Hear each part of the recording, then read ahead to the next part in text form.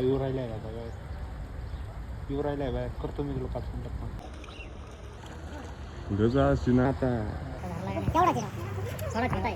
Video आले ना रे. Yes हां ओके धन्यवाद.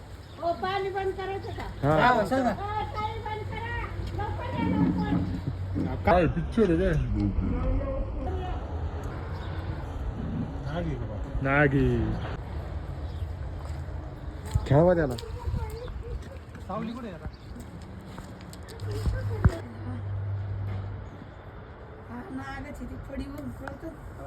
मोठा आहे का फणी मोठी बघा लावा